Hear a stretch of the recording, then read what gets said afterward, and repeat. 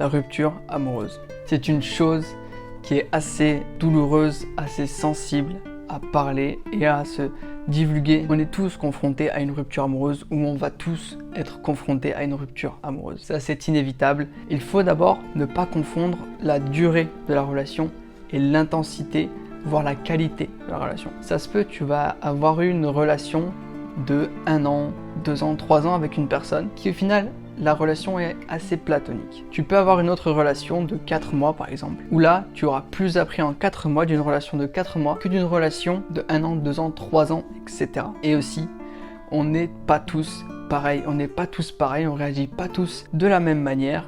Il y a certaines personnes qui vont réagir assez, émotionnellement. Ça m'est arrivé lors surtout d'une première relation, lors de ta première relation, de ta première rupture. C'est l'inconnu. C'est l'inconnu, donc ton monde va s'écrouler, toute ta vie, tu penses qu'elle va s'écrouler parce que tu pensais cet avenir avec cette personne, c'était l'amour de ta vie, etc.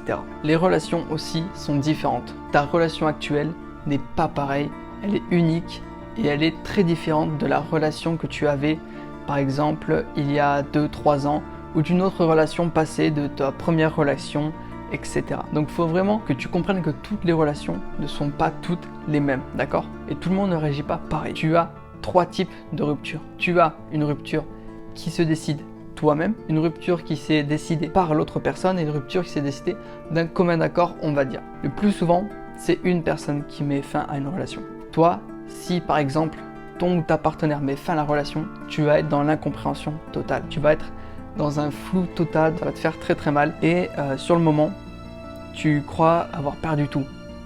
Tu crois que ta vie s'écroule, tu crois que ta vie n'est pas faite pour toi, tu crois que la vie te met tout sur ton chemin, te met tous des obstacles, etc. Tu crois que tu as perdu la femme de ta vie, etc. Tu te fais des films sur tout et absolument tout. Et laisse-moi te dire que c'est faux. C'est faux, c'est totalement faux. Lorsque tu apprends la nouvelle, par exemple, que tu apprends une rupture, tu le sais inconsciemment ou pas. Et comment tu vas réagir, tu ne peux pas prédire comment tu vas réagir. Ça, c'est sûr. Mais il faut que tu t'écoutes. D'accord? Dans une relation, il faut que tu t'écoutes. Si dans la relation, tu es anxieux, si c'est une relation toxique, si c'est une relation où tu es mal, si c'est une relation où ton ou ta partenaire est anxieuse dans votre relation, si elle est mal dans votre relation, alors vaut mieux y mettre un terme maintenant. Pourquoi? Parce que ça va faire du bien à tout le monde. Certes, tu l'aimes ou elle t'aime et vous vous aimez, mais ce n'est pas une vie. Une vie, c'est être heureux et être bien mentalement. Si dans ta relation, tu es pas bien mentalement, il vaut mieux y mettre un terme, d'accord? Et ça, c'est assez compliqué, mais si les deux personnes se mettent d'accord là-dessus, ça va diminuer en fait la souffrance et le mal-être que tu auras lors de la rupture. Le plus souvent, lors d'une rupture, on a tendance à le nier. On a tendance à justement être dans le déni. On pense à oui, mais en fait, elle n'a pas voulu dire ça, il n'a pas voulu dire ça, elle s'est trompée dans une semaine, elle va revenir vers moi, ou il s'est trompé dans une semaine, il va revenir vers moi. On a tendance à ne pas y croire. Et justement, c'est là où va être le plus gros travail sur toi-même. Le plus gros travail sur toi-même que tu vas faire, c'est d'accepter, de te le dire déjà. De dire que la relation, elle est finie, ok, c'est bon, la relation est finie, on passe à autre chose. Je sais que c'est facile à dire et difficile à faire, mais il faut savoir l'accepter. Si la relation s'est terminée et que tu as fait tous les efforts, que ta partenaire ou ton partenaire a fait tous les efforts et que ça ne marche pas, ça ne sert à rien d'insister. Ça va faire encore plus mal pour toi et ta partenaire ou ton partenaire. Donc arrête d'insister, si c'est fait, d'accord? Tu ne peux pas revenir en arrière. Il faut vraiment que tu comprennes que lorsqu'une relation se termine, c'est comme ça. C'est la vie, c'est l'univers qui l'a décidé. Donc maintenant, tu n'as plus à t'en faire. Tu n'as plus à t'en faire et tu dois surtout penser à toi. C'est assez égoïste, mais lors d'une rupture, tu dois penser à toi avant tout. Lorsque tu quittes ou que l'autre personne te quitte, tu te retrouves du coup seul puisque tu n'as plus cette personne-là. Et c'est assez dur. C'est assez dur, pourquoi? Parce que tu as l'habitude d'être avec cette personne, peut-être que c'était une relation où vous voyez très souvent, au contraire pas du tout, mais c'est dur de se retrouver très seul et tout le temps seul. Et c'est dur aussi justement de se dire oui, ça, par exemple, ces petits moments-là qu'on a partagés, ça n'arrivera plus. C'est très dur de se dire ça et c'est très dur de l'accepter surtout. Mais à partir du moment où tu te préoccupes que de toi-même, par exemple tu te dis ouais, cette relation elle était bien, elle était saine, mais vers la fin on s'est fait mal, on s'est trahi, on s'est trompé ou autre, où ça n'allait plus, etc. Il faut que tu arrêtes. Il faut tu penses à ton bien-être mental et physique avant tout. Et au bien-être mental et physique de ton ou ta partenaire. Si ça ne va pas, ça sert à rien d'assister, d'accord? Donc ce que je te conseille, si tu vis une rupture, concentre-toi à fond sur toi, à fond sur tes projets, à fond sur tes passions. Si ta passion, c'est les vidéos, le montage vidéo, les jeux vidéo, la lecture, le sport, vas-y, mais fonce. Vraiment fonce à fond et mets-toi à fond là-dedans. Ça va te permettre de ne pas penser à cette personne-là, de ne pas penser à cette rupture et d'occuper ton cerveau justement pour ne pas y penser, parce que c'est souvent lorsque tu t'ennuies que tu penses à ça et que du coup tu rechutes. Ça sert à rien de remuer le couteau dans la plaie en te remémorant des souvenirs. Tu vas que faire aggraver la situation et c'est pas ce qu'on veut. Nous on veut s'en sortir. Il faut aussi que tu changes ta façon d'être, ta façon de vivre, ton environnement. L'environnement que tu as eu avec cette personne-là, il est obsolète puisque du coup maintenant tu n'es plus avec cette personne-là. Tu ne feras plus les activités avec cette personne-là, tu ne seras plus avec cette personne-là.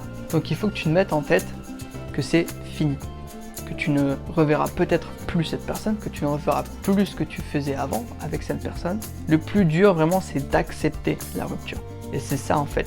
Ça sert à rien que je te dise des phrases bateau comme font les autres, il faut sortir, il faut voir ses potes, etc. Oui, ça il faut t'occuper, ce que je t'ai dit. Mais le plus important, c'est un travail sur soi à faire. Si tu ne fais pas de travail sur toi, que tu sors, etc., certes, tu ne penses pas à cette personne, tu ne penses pas à la rupture, mais à l'intérieur, tu ne te soignes pas non plus. Il faut vraiment accepter la rupture et faire avec. Te dire que c'est pas grave. Dans un sens, tu vas être triste, tu vas être déçu. Et ça, c'est normal. Parce que tu as aimé la personne, tu t'es mis en couple avec cette personne-là. Mais ça, c'est fini. Tu vas vivre d'autres relations, d'autres moments aussi intenses, aussi beaux avec d'autres personnes, que tu sois en couple ou non, avec ta famille, avec tes potes, avec tes proches, etc. Donc c'est vraiment le fait d'accepter. Ça c'est terminé, ok. Tu peux par exemple te prendre une journée où tu ne fais rien, où tu te reposes parce que mentalement c'est assez dur à supporter, donc tu peux... On dit souvent qu'il ne faut pas pleurer, mais si les émotions te viennent, alors je t'en prie, libère les émotions, d'accord? On dit que c'est plus difficile à mentir avec son corps qu'avec sa langue. Et c'est vrai, tu auras beau dire à tes potes que ça va, etc. Mais si derrière ça ne va pas, c'est pas facile. C'est pas facile, donc laisse-toi une journée, laisse-toi le temps qu'il faut, mais pas trop longtemps, pour digérer, faire le deuil entre guillemets de la séparation. Par exemple, tu peux pleurer, tu peux prendre du temps pour toi, tu peux te ressourcer, etc. Et après, tu passes à autre chose. Seulement après. Mais je le répète, c'est vraiment un gros travail sur soi. Et le plus gros travail, c'est vraiment l'acceptation. C'est vraiment l'acceptation. Tu te dis, ok, là, la relation, elle a commencé. Là, la relation est finie. Et c'est tout. Ça, c'est du passé maintenant. C'est derrière moi. Et le passé appartient au passé. Je te dis pas que tu dois bloquer la personne, ou que tu dois arrêter de lui parler, etc. Ça dépend du terme où vous êtes quittés.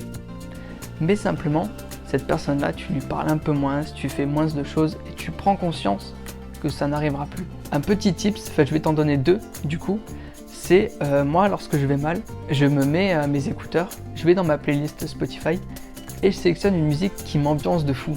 Une musique qui me fait danser, une musique joyeuse. Par exemple les musiques d'été, bon, c'est assez beauf et assez bateau, mais c'est une musique par exemple qui ambiance, qui te fait danser, qui te fait oublier tout ça, qui te rend heureux. Écoute ces musiques-là quand tu as un mood assez triste. Et lors d'une séparation, je sais qu'on a un mood assez triste.